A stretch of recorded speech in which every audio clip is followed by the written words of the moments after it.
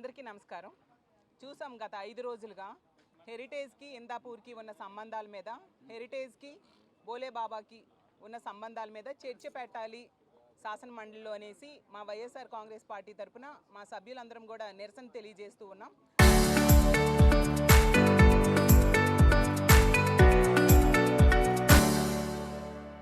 అందులో భాగంగా మొన్న ఒక రోజు ఆ స్వామివారి ఫోటోలు స్వామిని వీళ్ళకి మంచి బుద్ధి ప్రసాదించాలని కోరుతూ కూడా నిరసన తెలియజేయడం జరిగింది. కానీ ఆ జరిగినప్పుడు పోడియం దగ్గరికి స్వామివారి ఫోటో పట్టుకున్న ఎవరు కూడా చెప్పులు వేసుకోకుండా వెళ్ళడం జరిగింది.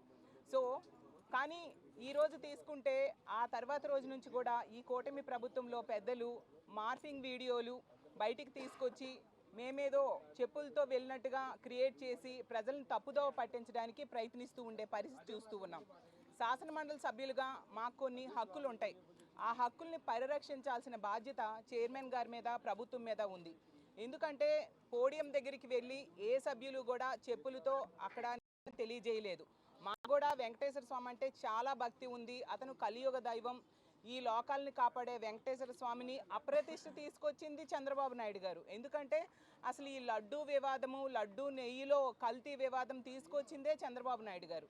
అసలు ముందుగా క్షమాపణ చెప్పాల్సింది చంద్రబాబు నాయుడు గారు, కూటమి ప్రభుత్వమే. ఎందుకంటే అంత దారుణంగా ఆ స్వామిని రాజకీయాల్లోకి లాగడం జరిగింది. సుప్రీంకోర్టు చేబాట్లు వేసినా కూడా వెంకటేశ్వర స్వామిని రాజకీయాల్లోకి లాగుతూ అతని పేరుని అప్రతిష్ట పాలు చేయడానికి ప్రయత్నిస్తూ ఉండే పరిస్థితి మనం చూస్తూ ఉన్నాము. ఎంత దారుణం అంటే సుప్రీంకోర్టు కమిషన్ ఆ రోజు సుప్రీంకోర్టు సిబిఐ దర్యాప్తు నివేదిక వచ్చాక కూడా లడ్డూలో కల్తీ జరిగిందంటూ తప్పుడు ప్రచారంతో వీళ్ళు ఫ్లెక్సీలు వేసిన పరిస్థితి మనం చూసాం.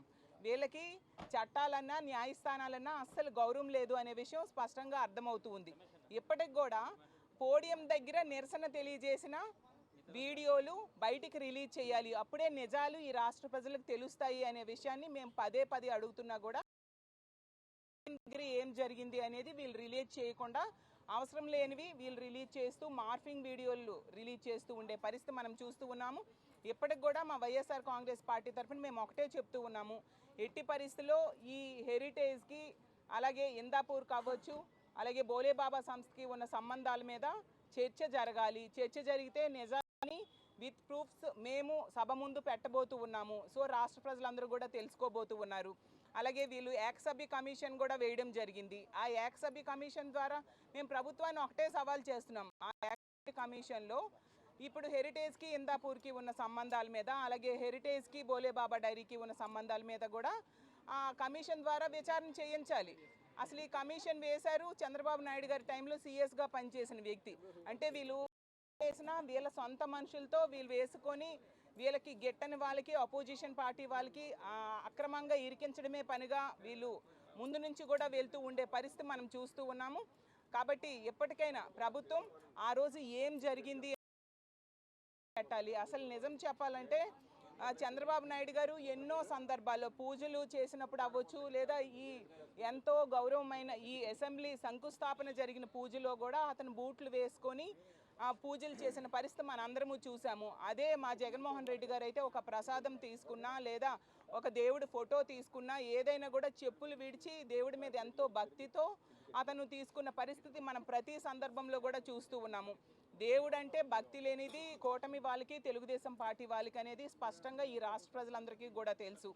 ఎప్పటికైనా ఇలాంటి డైవర్షన్ పాలిటిక్స్ మానేసి ప్రజలకి ఉపయోగపడే ప్రజాపాలన మీద దృష్టి పెట్టాలి. ఎందుకంటే ఈరోజు తీసుకుంటే ఇచ్చిన హామీలు ఏ ఒక్కటి అమలు చేయలేదు సరికదా. ప్రజల రక్షణ, మహిళల రక్షణ ఈరోజు గాలి కొదిలేసిన పరిస్థితి మనం చూస్తూ ఉన్నాము. ప్రతి సందర్భంలో కూడా పాలనా వైఫల్యం కనిపిస్తూ ఉంది. వీటన్నిటి మీద దృష్టి పెట్టి ప్రజలు ఎంతో నమ్మి మీకు 164 సీట్లు ఇచ్చారు. ఆ నమ్మకాన్ని ముందు నిలబెట్టుకోవాలి. ఎప్పటికైనా మా కౌన్సిల్లో వీటికి, హెరిటేజ్కి అలాగే ఈ సంస్థలకి ఉన్న సంబంధాల మీద చర్చ జరగాల్సిందిగా మా పార్టీ తరఫున మేము డిమాండ్ చేస్తూ ఉన్నాం.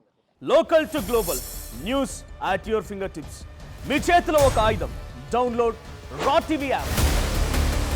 Media legend Ravi Prakash is back.